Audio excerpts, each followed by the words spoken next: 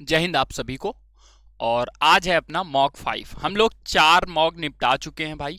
मजा आ रहा होगा आपको सॉल्व करके, और मजा आए ना आए एग्जाम जरूर आपका निकलेगा अगर आप इस तरीके से सॉल्व करते रहोगे मेरे साथ। क्योंकि मैं आपको मॉक के थ्रू कोशिश कर रहा हूं कि जो बेसिक है वो भी समझते चलो आप, और एग्जाम में क्वेश्चन को कैसे सॉल्व करना होता है, कैसे अटेम्प्ट करना होता है, क्वेश्चन स्किप कौन सा करना होता है, कौन सा क्वेश्चन पहले करना होता है, सारी छोटी से छोटी चीज मैं मॉक के थ्रू आपको समझा रहा हूं। बाकी चीजें हम लोग क्वेश्चन के थ्रू ही समझेंगे। और जी जान लगा दो भाई, जितने भी अभी दिन बचे हैं, बहुत ज्यादा टाइम नहीं है, क्योंकि एक बार प्रीलिम्स आपका क्वालिफाई होगा, मोटिवेशन अपने आप आपका बढ़ेगा। ये रियल मोटिवेशन होता है। मैं अपना एक्सपीरियंस बताता हूँ, जब भी आपका एग्जाम निकलता है तो आपके अंदर एक पढ़ने का अलग से मोटिवेशन आएगा। तो अभी मेरी पूरी कोशिश यही है कि आप पहले प्रीलिम्स क्वालिफाई करो। एक बार अपना प्री निकल जाएगा, मेंस के लिए मैं हर कोशिश करूंगा संभव जो भी हो सकेगा। क्योंकि देखो, अभी मैं तो ऐसा नहीं कि 100 क्वेश्चन आते थे पहले, तो वैसा कुछ सीन है। अभी क्या है, बहुत सिस्टम से पढ़ने की जरूरत है, बहुत कम चीजें पढ़ने की जरूरत है, और सही पढ़ने की जरूरत है, जो कि मैं कोशिश कर रहा हूं आपको क्वेश्चंस के थ्रू, मॉक के थ्रू। और वन शॉट सीरीज में मैंने जैसे आपको अलजेब्रा करवाया, तो वैसे आपको कॉन्सेप्ट भी सिखा रहा हूं और प्रैक्टिस भी करा रहा हूं। ठीक है, तो क्वेश्चन से शुरू करेंगे। पहला क्वेश्चन, 25 क्वेश्चन अपने हैं। टारगेट रखा करो कि भैया मेरा टारगेट ये है। वीडियो को पॉज करोगे, खुद से पहले क्वेश्चन सॉल्व करोगे, नहीं होगा फिर आगे देखोगे। जो लोग बहुत महारथी हैं उनको लगता है भाई साहब हम बहुत पढ़ चुके हैं, तो भाई वीडियो 2x पे देख लेना, प्रैक्टिस बहुत जरूरी है। ठीक है, बात करते हैं भाई साहब इन क्वेश्चन की। तो पहले हम क्वेश्चन अलजेब्रा का है, ये देखा हमने। तो कोशिश करते हैं अलजेब्रा हो या ट्रिगो हो कि क्या वैल्यू पुटिंग तो नहीं कर सकते। अगर आप वैल्यू पुटिंग नहीं जानते हो तो जाके वीडियो देखो जाके। वैसे मैंने समझाया कि कभी भी देखो, एक इक्वेशन थी और यहां पे क्या है, 2 वेरिएबल है हमारे इक्वेशन में, तो हम एक को कुछ भी अपनी मर्जी से मान सकते हैं। मैं कह रहा हूं y में ले लेता 0, y में ले लेता 0, तो भाई 0 का मल्टीप्लाई हुआ तो ये 0 हो गया, और 2 उधर जाके x की वैल्यू आ गई अपनी -2। यहां पे अगर हम देखें तो y अगर 0 रखोगे तो भाई ये 0 हो जाएगा, ये 0 हो जाएगा आपका। तो बचता क्या, हमसे जो पूछा था कि x³ और ये प्लस का 8। अब x -2 है तो -2 का क्यूब -8 हो गया, -8 + 8 हो जाता 0। हम लगा के थर्ड ऑप्शन आगे बढ़ चुके होते। ठीक है, पहला तरीका। बेसिक से यही क्वेश्चन करना होता तो कैसे करते, x + 3y + 2 = 0 था, 2 उधर भेज देते, फिर कर देंगे इसका क्यूब। जब आप क्यूब करोगे तो यही चीज बन जाएगी। 8 अलग कर लेना, 8 - 8 तब भी बनेगा, आएगा 0 ही। ठीक है, लिख देता हूं आपको जिससे अच्छे से क्लियर हो जाए। तो x³ ये 27y³। अब यहां देखो, समझने वाली बात है, ये 3ab मतलब 9xy, और ब्रैकेट में x + 3y जो कि हम -2 रख देते, और इधर क्यूब करते तो ये -8 हो जाता। अब यहां पे अगर हम ध्यान से देखें तो हमें क्या दे रखा है, इस चीज की वैल्यू x³ + 27y³ -18xy, जो कि हमारे क्या है एक्सप्रेशन में था, उसकी वैल्यू आ जाती -8। तो ये 8 और -8 बन के भी 0 आता, मतलब तीसरा ऑप्शन इस क्वेश्चन के लिए क्या था, सही था। सेकेंड क्वेश्चन की तरफ हम लोग बढ़ेंगे। अब मुझे जैसे एग्जाम में ये क्वेश्चन दिखता, तो इतना बड़ा क्वेश्चन है, लैंग्वेज थोड़ी सी बड़ी है, तो लैंग्वेज बड़ी है तो कहीं ना कहीं क्वेश्चन थोड़ा सा ट्रिकी होगा। तो ऐसे क्वेश्चन को पहली बात तो बहुत ध्यान से प्यार से पढ़ना है। ठीक है, जल्दबाजी नहीं करनी है, समझ आएगा तो करेंगे, नहीं बाद में करेंगे। अब पढ़ते हैं क्वेश्चन को पहले। The distance between 2 station A B की इतनी डिस्टेंस है। ठीक है, ए ट्रेन स्टेशन ए से 3 PM पे बी की तरफ जाती है 50 की स्पीड से। और क्वेश्चन सिंपल लग रहा है, सिंपल ये लग रहा है कि देखो, बोला है कि 2 स्टेशन ए बी हैं जिनके बीच की जो डिस्टेंस है वो 575 है। ठीक है, ये क्वेश्चन है। 3 PM पे यहां से एक ट्रेन निकलती है ए से, एवरेज स्पीड जो जिसकी है 50 किलोमीटर। बी से एक ट्रेन निकलती 3:30 पे, उसकी एवरेज स्पीड जो है वो कितनी है 50 किलोमीटर, मतलब उसकी हो जाएगी 60। Station A at average speed 3 PM and moves towards A, ठीक है 60। फिर पूछा है हाउ फ्रॉम, अच्छा एक जगह वो मिलेंगी, तो जहां पे मिलेंगी वो पूछा है डिस्टेंस क्या होगी ए से, ठीक है बहुत सिंपल सी बात है। मैं कह रहा हूं 3:30 बजे तक पहले ए को चला देते हैं, तो 50 किलोमीटर पर आवर की स्पीड से 1 घंटे में 50 किलोमीटर जाएगी, तो आधा घंटे में 25 चली जाती। मतलब ए की मैं बात कर रहा हूं 50 किलोमीटर पर आवर स्पीड थी, बोला है 3 बजे ये चली है, 3:30 बजे ये चली, तो पहले तो एक समय पे लाएंगे, तो 3:30 बजे ये 25 किलोमीटर चल चुकी होगी।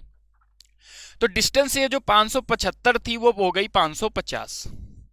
अब एक दूसरे की तरफ ये आ रही तो रिलेटिव स्पीड जुड़ जाएगी दोनों एक तरफ। आप ध्यान दो, जब भी हम रोड में कहीं किसी चीज को सामने से गाड़ी आती तो वो बहुत तेज जाती है, क्यों? क्योंकि हम दोनों की स्पीड जुड़ जाती है। 50 और 60 जुड़ के 110 हो जाता, तो मतलब ये 5 घंटे लगते उनको मिलने में। तो हम ये देख लेते हैं कि बी 5 घंटे में कितना चल जाएगी, तो बी 5 घंटे में 300 चल जाएगी 60 की स्पीड से। तो 575 में 300 इधर, मतलब इधर कितना था 275। हमसे यही पूछा था कि ए कितना चली होगी मिलने से पहले, तो 275 275 ए पूछा था, तो 275 किलोमीटर। थर्ड ऑप्शन हमारा इस क्वेश्चन के लिए भी सही हो जाता। क्लियर है इतनी बात? ठीक है, हम लोग बढ़ेंगे तीसरे क्वेश्चन की तरफ। बहुत प्यार से हमने इस क्वेश्चन को समझ लिया। ओके, सर्कल दिखा, मतलब ज्योमेट्री का क्वेश्चन है, आगे पढ़ेंगे। A B is a diameter and C D is a chord, तो भाई बना लेते, जब बोल ही दिया है तो बोला है कि ए बी जो है वो डायमीटर है, तो डायमीटर भाई सर्कल के बीच से जाएगी सेंटर से होके। डायमीटर भी एक कॉर्ड ही होती है, बस वो क्या है सेंटर से जाती है। सी डी एक कॉर्ड है और दोनों बाहर मिल रहे हैं, तो मिला देते भाई दोनों को, ये सी डी है और दोनों बाहर मिल रहे हैं पी पॉइंट पे, ठीक है। तो बहुत जाना पहचाना सा ये क्वेश्चन हो गया। यहां पे हम जो थ्योरम लगाएंगे वो क्या है, टेंजेंट और सीकेंट वाली थ्योरम। क्या होती है वो थ्योरम, तो पहले वैल्यूज देख लेते। पीडी हमें जो दे रखा है 15.3, सीडी हमें 11.9 दे रखा, एपी हमें 30.6 दे रखा,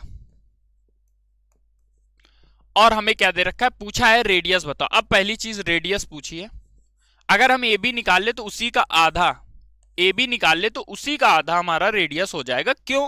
क्योंकि ये जो हमारी लाइन थी ये डायमीटर है, अगर ए बी डायमीटर है, रेडियस पूछा है तो हम हाफ कर देंगे।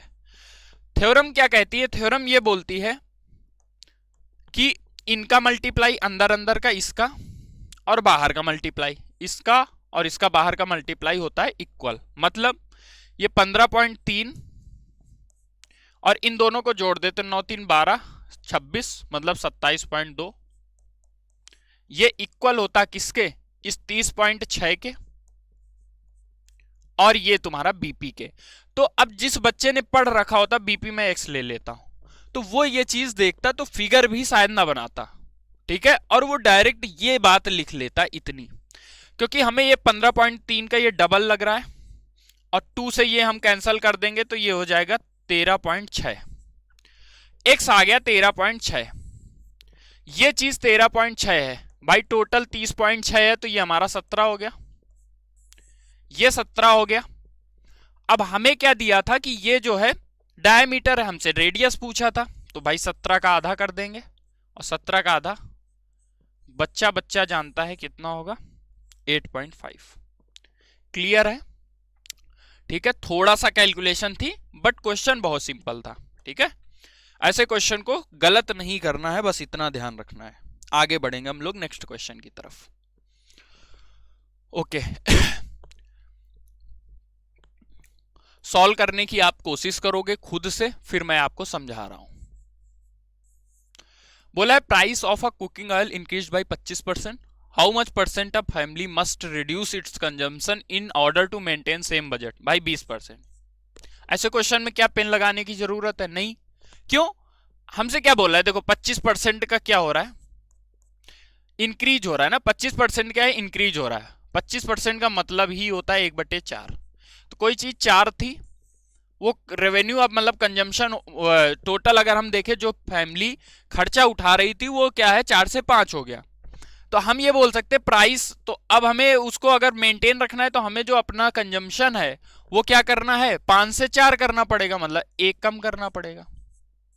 तो 1 कम 1/5 और 1/5 20% होता है।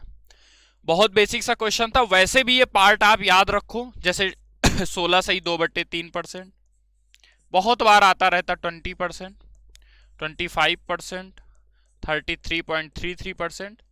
तो ये ऐसे चलते रहेंगे, मतलब हम कह रहे जैसे इतना डिक्रीज हुआ तो इंक्रीज कितना होगा ये, इतना इंक्रीज हुआ तो डिक्रीज कितना होगा ये।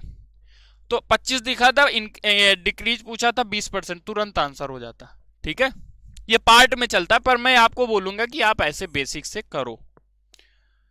फिफ्थ नंबर क्वेश्चन हम लोग करेंगे सॉल्व। फिफ्थ नंबर क्वेश्चन करिए सॉल्व। ठीक है, okay. From an external point P a tangent PQ is drawn to a circle. तो भाई बना लेते हैं, सर्कल है और बोला है कि एक्सटर्नल पॉइंट P से एक टेंजेंट PQ जो when with a centre O, ठीक है, touching the circle eight Q, ठीक है, if the distance P from the centre. बहुत सिंपल हो गया भाई, इसके लिए भी पेन नहीं उठाना था, हमें पता है टेंजेंट यहाँ 90 बनता है। टेंजेंट कभी किसी सर्कल को अगर टच कर रही तो जहां पे टच कर रही उसको अगर सेंटर से मिलाएंगे तो टेंजेंट और उस डिस्टेंस, उस लाइन के बीच जो एंगल बनेगा वो राइट एंगल होगा। तो ये बोल रहा है कि ये 13 है सेंटर से, और ये कितना दिया है, ये हमें 12 दिया है। तो भाई 12, 13 और 5 होता है ट्रिपलेट, और ट्रिपलेट है तो ये हो जाएगा सही। आप लोगों को लग रहा होगा कि भैया एक क्वेश्चन बहुत कठिन एक बहुत सिंपल, ये इसलिए है कि ऐसे ही एग्जाम में आता है। मैं आपको अपनी तरफ से नहीं कि बहुत कठिन कठिन क्वेश्चन बना के करा दूं या बहुत सिंपल सिंपल, एग्जाम में आपको ऐसे ही एकदम से शौक लगेगा। अब जैसे ये बहुत सिंपल क्वेश्चन था, 5 हमने लगा दिया, हो सकता है इसमें डायमीटर पूछ लेता, डायमीटर पूछता तो 5 का डबल 10 हो जाता है। ठीक है, पर हो सकता है इसके जस्ट बाद कोई कठिन क्वेश्चन आ जाए, हो सकता है फिर से आसान आ जाए। ठीक है, तो मॉक टेस्ट हम लोग दे रहे हैं, हमारा टारगेट क्या है, जल्दी जल्दी हम सॉल्व करें। आप पेन पेपर लेके ही बैठो और क्लास में खुद से सॉल्व करो, फिर देखो। ठीक है, रेशियो का दिख रहा है 990 रुपए है, बांट दिए हमने ABC में, B का पूछ लिया तो B का वैल्यू कितना है 4, टोटल कितना है 9, तो 9 से इसको डिवाइड करते, 990 को सब में बांट देते, और हमें B का चाहिए तो 4 से मल्टीप्लाई, तो 110 को 4 से मल्टीप्लाई करते 440, 440 रुपए हमारा सेकेंड ऑप्शन क्या हो जाता है, बिल्कुल सही। ठीक है, बहुत सिंपल था, आगे बढ़ेंगे। इसको करिए सॉल्व आप लोग। इस क्वेश्चन को करेंगे सॉल्व, क्वेश्चन नंबर 7। 8 व्यक्ति एक कार को 20 दिनों में पूरा कर सकते हैं। तो जो काम है ना, 8 आदमी मतलब 8 मैन जो है ना, काम को 20 दिन में कर सकते हैं। फिर क्या बोला है, 5 दिनों के बाद उनसे अगले 8 दिनों में काम को पूरा करने का अनुरोध किया जाता है। ठीक है, पहले सीन समझो। सीन ये बोला 20 दिन में काम करना था ना, ठीक है, बोला 5 दिन हो गए काम, अभी काम कितने दिन का बचा, 15 दिन का। इस बात को समझ लो, इस बात को जो समझ गया वो बिना पेन उठाए इस क्वेश्चन को कर सकता है। कैसे, 20 दिन में काम बोला था, बोला 5 दिन क्या है बाद, 5 दिन का काम हो गया, उसके बाद बोला है कि 8 दिन में काम करो। अच्छा, वो अपने हिसाब से करते तो 15 दिन में करते, अब काम कितने दिन में बोले, 8 दिन में करो।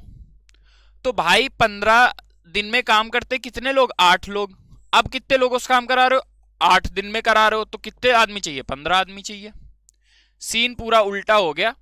तो हमें बोला है कि कितने और आदमी हमें ऐड करने पड़ते, तो भाई पहले से ही 8 लोग थे, हम बोल रहे हैं कि 15 लोग चाहिए, तो बढ़ाने कितने पड़ेंगे, 7 मतलब 4 ऑप्शन क्या हो जाएगा सही।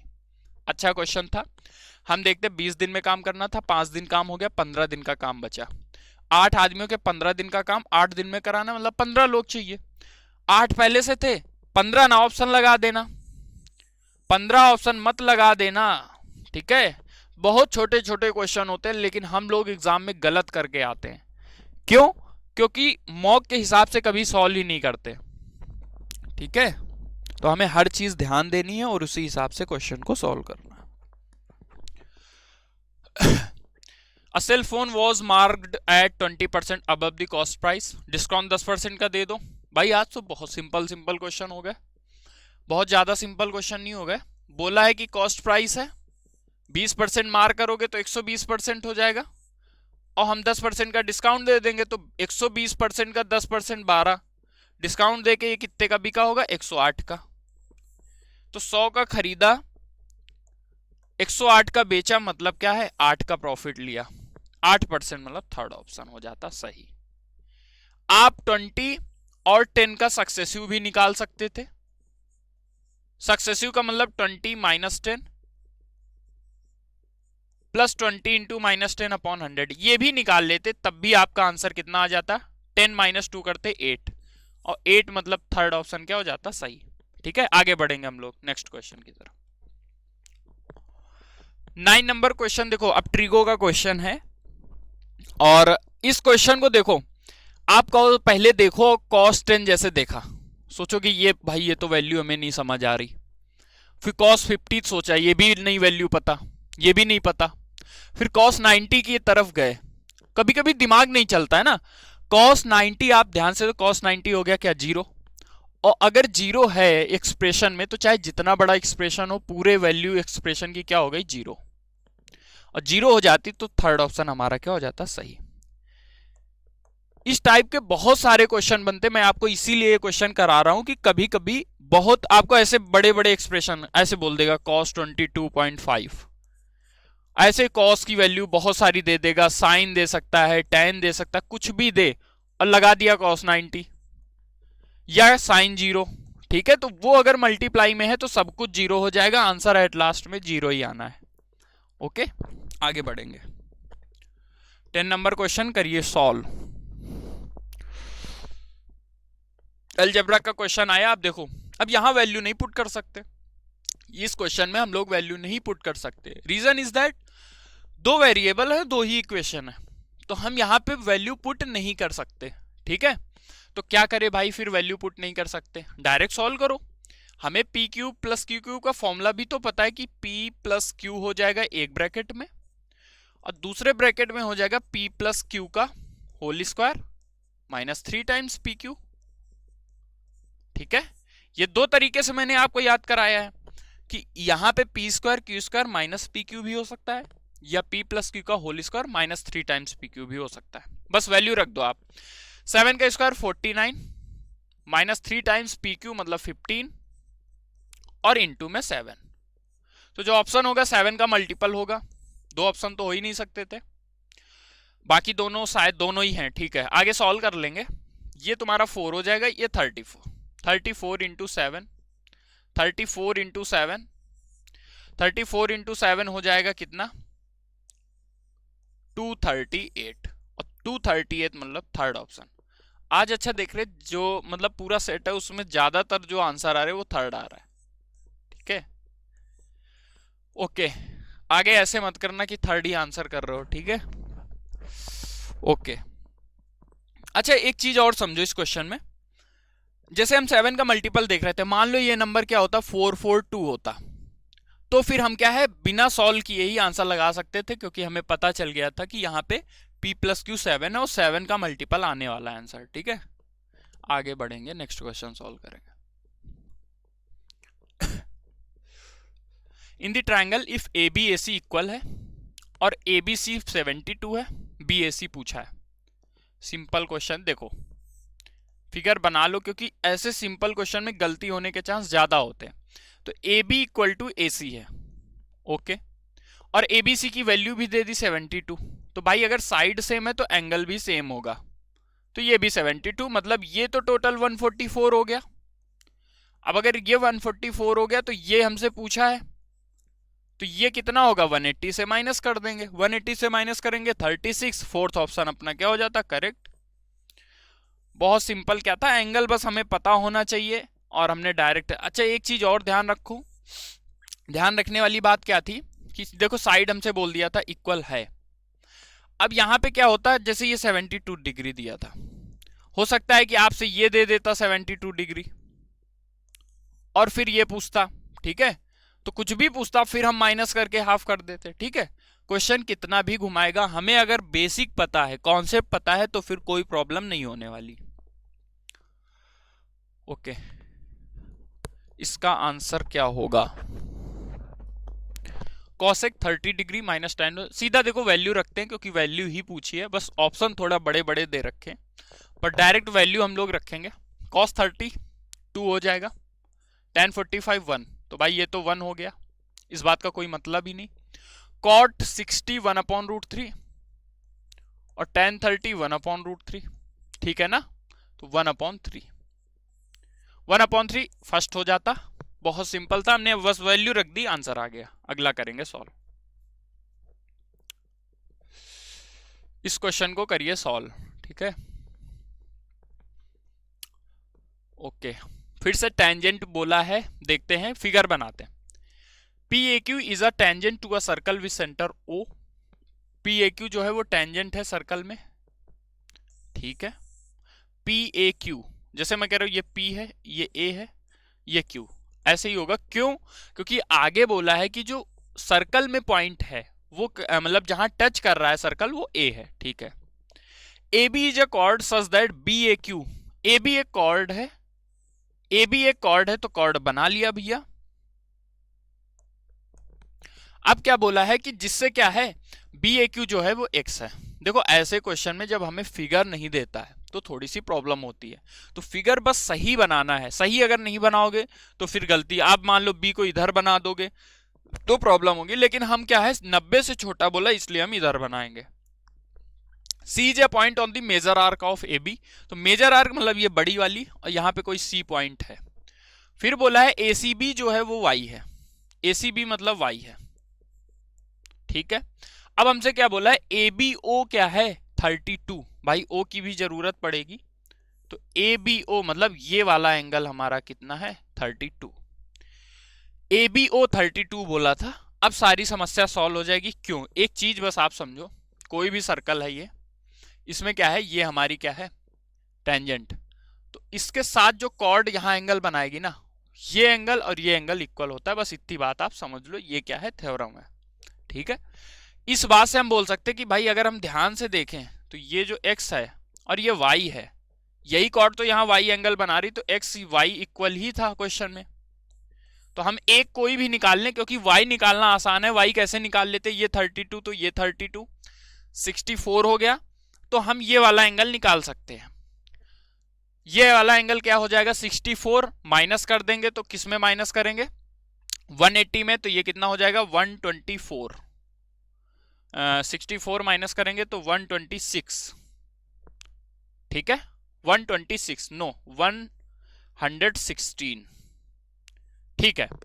अब अगर ये 116 है, इसका हाफ सेंटर पे जो एंगल बनता है उसका हाफ बनता है यहाँ पे आर्क पे, तो ये अगर 116 है तो ये यहाँ पे 58 हो जाएगा। हमसे पूछा था x plus Y, x plus Y पूछे, या हम बोल दे कि 2y, क्योंकि x ही y है, तो इसका डबल ही पूछा था, डबल करेंगे फिर से क्या हो जाएगा 116 ऑप्शन में है, थर्ड ऑप्शन दिया था 116 और 116 क्या हो जाता सही, ठीक है। ओके, बढ़ेंगे हम लोग 14 नंबर क्वेश्चन की तरफ। 14 नंबर क्वेश्चन करिए सॉल्व।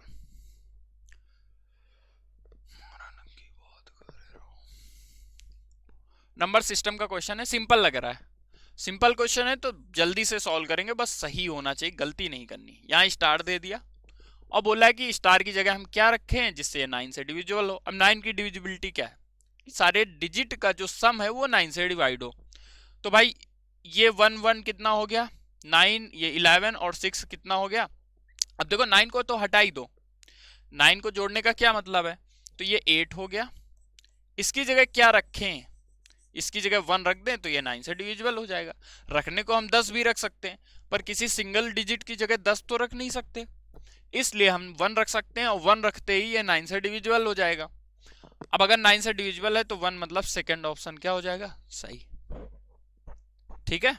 सेकंड ऑप्शन हमारा क्या हो जाएगा सही। सिंपल क्वेश्चन था, आगे बढ़ेंगे हम लोग। ओके, इस क्वेश्चन को भी उड़ाएंगे बहुत तेजी में। लैंग्वेज बड़ी है पर क्वेश्चन सिंपल लग रहा है, पढ़ेंगे। A car dealer purchased an old car, इतने की परचेज की, ठीक है। ओके, सब जगह देखो डबल जीरो है। आगे सॉल्व कर लेते हैं। सम अमाउंट मेंटेनेंस में खर्चा किया और बाद में इतने का बेच दिया। मतलब जैसे आप कोई बाइक खरीदते हो पुरानी, उसको बनवाते हो अच्छे से और बाद में उसको बेच देते हो, तो उसको जो प्रॉफिट हो रहा है वो 25% का प्रॉफिट हो रहा है। कब? जब उसने इतने की बेची है। अच्छा, 25% का प्रॉफिट का क्या मतलब है? 25% मीन्स क्या है? 1/4। मतलब कोई चीज 4 की ली है तो प्रॉफिट के बाद उसको हमने 5 का बेचा, एक ज्यादा का बेचा, मतलब 4 का अगर खरीदा था तो 5 का बेचा। अब 156, अब ये 250 जो है ये 5 की वैल्यू है,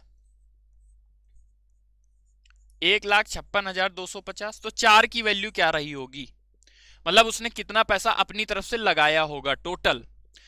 तो भाई इसको डिवाइड कर लो, डिवाइड कर लेंगे तो 3,125, इसको 4 से मल्टीप्लाई कर लेंगे तो ये क्या हो जाएगा? 0, और ये 0, 2 तो 1, 5, 1 मिनट, 0, 2, 1, 5 और 12, 12, मतलब 1,25,000 उसने टोटल अपनी तरफ से खर्चा किया, जिसमें से 1,08,500 तो उसने खर्चा किया था, तो बचा बाकी जो मेंटेनेंस चार्ज 16,500। क्योंकि ये 1,00,000 जो 25,000 है, इसमें हम क्या है 1,08,000 अगर माइनस कर देंगे तो 16,000 क्या है 500 हमारा क्या है, ये खर्चा उसने किया होगा मेंटेनेंस में, कार को बनवाने में, ठीक है। ओके, आगे बढ़ेंगे। Compound interest on a certain some at the end of 2 year is 408 है। 2 सालों में कंपाउंड इंटरेस्ट जो है वो 408 है। सिंपल इंटरेस्ट सेम सम में सेम टाइम में 400 है। तो हम पहले सिंपल इंटरेस्ट को पकड़ेंगे भाई। हमसे बोला है कि 2 सालों का सिंपल इंटरेस्ट जो है वो 400 है। 2 साल का सिंपल इंटरेस्ट 400 है, तो 2 साल का सिंपल इंटरेस्ट 400 है। सिंपल इंटरेस्ट हर साल के लिए सेम ही रहता है, तो मतलब हर साल उसको 200-200 रुपए मिले होंगे, हर साल उसको 200-200 रुपए मिले होंगे। लेकिन बोला कंपाउंड इंटरेस्ट जो है वो 408 है। अच्छा, पूछा क्या है हमसे? पूछा है रेट ऑफ इंटरेस्ट, ठीक है।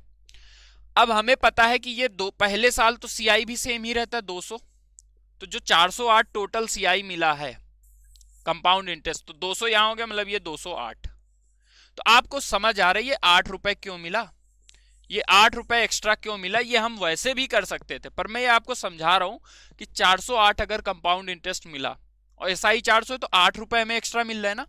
ये 8 रुपए इन 200 रुपए पे क्या है? इंटरेस्ट है। मतलब 200 रुपए पे 8% क्या है? इंटरेस्ट मिला एक साल में।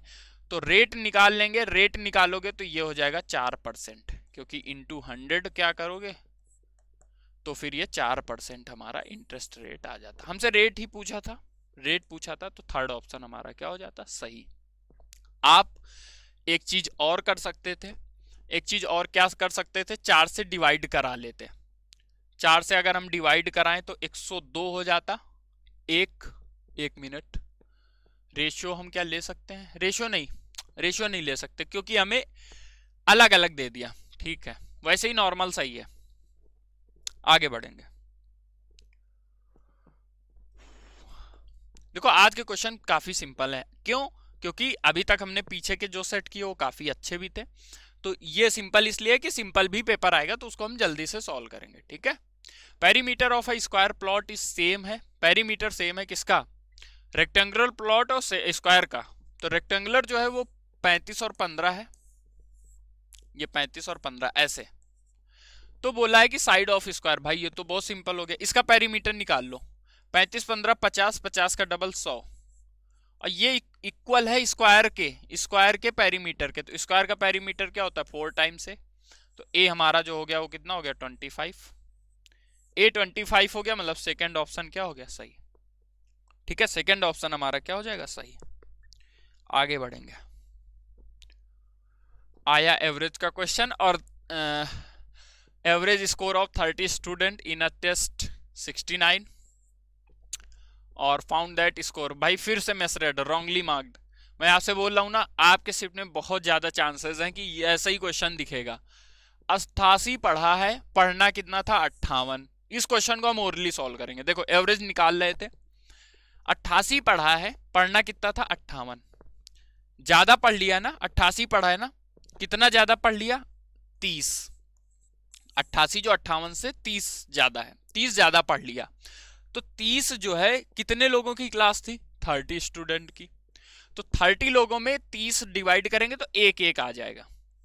हमने ज्यादा पढ़ा था एवरेज, अब जो नया होगा वो कम होगा, एक कम कर दो। पहले कितना था 69, अब कर देंगे 68। बताओ ठीक है। तो ऐसे क्वेश्चन के लिए मैंने आपको क्या समझाया, आप देख लो कितना ज्यादा या कम है और आंसर करो। ठीक है, उसको डिस्ट्रीब्यूट करेंगे, जितने लोगों का एवरेज निकाला गया है। ज्यादा पढ़ा था तो एवरेज कम होगा, कम पढ़ा था तो एवरेज बढ़ जाएगा। ये क्वेश्चन करो सॉल्व। आज कुछ ज्यादा ही सिंपल हो गए क्वेश्चन। ठीक है, ओके सॉल्व करते हैं। ये मुझे cos थीटा, ये cos 2 थीटा 0 मतलब 1 हो गया, 3 सी ऑप्शन। कैसे, आप सभी को दिख रहा है ना, cos 2 थीटा का फॉर्मूला अगर जिसको पता है वो ये क्वेश्चन तुरंत करेगा। cos 2 थीटा जो होता है वो cos square theta minus sine square theta, या 1 माइनस 2 साइन स्क्वायर थीटा, या 2 cos स्क्वायर थीटा -1। इतने सारे फॉर्मूले होते, कहां से आ रहे हैं, इन्हीं की जगह तो वैल्यू रख रहे हैं, इन्हीं की जगह वैल्यू रख रहा है। तो भाई ये दोनों अगर cos थीटा, ये देखो cos 2 थीटा का फॉर्मूला, ये cos 2 थीटा का, सेम सेम चीज कट जाएगी तो बचेगा कितना 3, और 3 मतलब थर्ड ऑप्शन सही हो जाता। और भी हम कुछ कर सकते थे, हम यहाँ पे वैल्यू भी रख सकते थे। वैल्यू क्या रख सकते थे, थीटा हम 90 रख सकते थे, 90 रख सकते थे, कोई भी एक वैल्यू रख सकते हैं हम। यहाँ पे थीटा 0 रख लेते हैं, x मतलब 0 रख लेते हैं, तो x 0 साइन 0 0 हो जाता, तो ऊपर 3 ये 0 हो जाता, और cos 0 1 होता है, तब भी हमारा 3 आ जाता। तो वैल्यू पुटिंग भी हम यहाँ लगा सकते थे, 90 रखो, 45 30 60 कुछ भी रखो। आज यहां से आप चेक कर लो, वैल्यू पुटिंग कभी गलत हो ही नहीं सकती। बस आप क्या रेंज मत बढ़ा। अब यहाँ पे जितनी भी वैल्यू आप रख सकते हो रखो, यहाँ पे क्या है हमेशा 3 आने वाला है। ठीक है, ओके 20 नंबर क्वेश्चन सॉल्व करो। बहुत सिंपल है, जल्दी सॉल्व करेंगे। ठीक है, ये देखो 515 485 का मल्टीप्लीकेशन कैसे करेंगे। ये 500 से 15 ज्यादा है, 500 से 15 कम है। तो भाई इस चीज को हम क्या कर सकते हैं, 500 का स्क्वायर माइनस 15 का स्क्वायर, 15 का स्क्वायर 225 होता है। अब हमें पता चल गया कि ये 2,50,000 में हमें 225 कम करना है। 2,50,000 से कम ऑप्शन कौन सा है, ये तीनों, लेकिन थोड़ा कम होगा कितना 225। 225 कम केवल फोर्थ ऑप्शन था। क्या मैं कहना चाह रहा हूं कि ये हो जाता 25, 2,50,000 डबल जीरो, तो ये 4 जीरो माइनस 15 का स्क्वायर 225, बस माइनस करा लो, यही आने वाला है 2,49,775। सिंप्लीफिकेशन, पहले मल्टीप्लाई करेंगे, 13 दूनी 26, 26 से 26 जीरो हो गया, ये पूरा जीरो हो गया, 1 बचा, 1 थर्ड ऑप्शन था, हमारा आंसर हो जाएगा। ठीक है, ठीक है, बहुत सिंपल था, समझ आया ना। ये 26 ही हो जाएगा, ये जीरो हो गया तो ये खत्म काम, ये 1 बच गया, बस आगे बढ़ेंगे। इसी की कमी थी, इस क्वेश्चन की कमी थी क्या, मैंने आपको पहले भी समझाया कि थीटा और अल्फा का सम अगर 90 है, कोई भी दो एंगल का सम अगर 90 है तो कॉम्प्लीमेंट्री एंगल क्या होते हैं, इक्वल, मतलब cos x के इक्वल होता है, sin cos के इक्वल होता है, tan cot के इक्वल होता है। उल्टा भी ट्रू है, अगर cos x के इक्वल है मतलब दोनों एंगल का सम कितना होगा 90 होगा। 2 थीटा प्लस ये 3 थीटा माइनस 15 मतलब 5 थीटा माइनस 15, इसका सम जो होगा 90।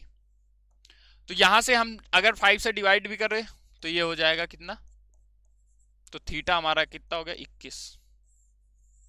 21 मतलब फर्स्ट ऑप्शन क्या हो जाता करेक्ट। ठीक है, आगे बढ़ेंगे 23 क्वेश्चन की तरफ। इसको सॉल्व करो, ये थोड़ा सा अच्छा क्वेश्चन है। क्या है, 5 cubes each of edge 3 centimeter are joined end to end. What is the total surface area of the resulting cuboid in centimeter square? पहले आप देखो सॉल्व करके, फिर मैं इसको दो तरीके हैं इसको सॉल्व करने के। पहले मैं आपको पिक्चर क्लियर कर देता हूं। 5 क्यूब हैं, क्यूब आपको सबको पता होगा। तो 5 अलग अलग क्यूब थे, लेकिन इनको जोड़ दिया गया। जोड़ा कैसे जाएगा? जोड़ा ऐसे जाएगा। 1 मिनट भाई बन जा।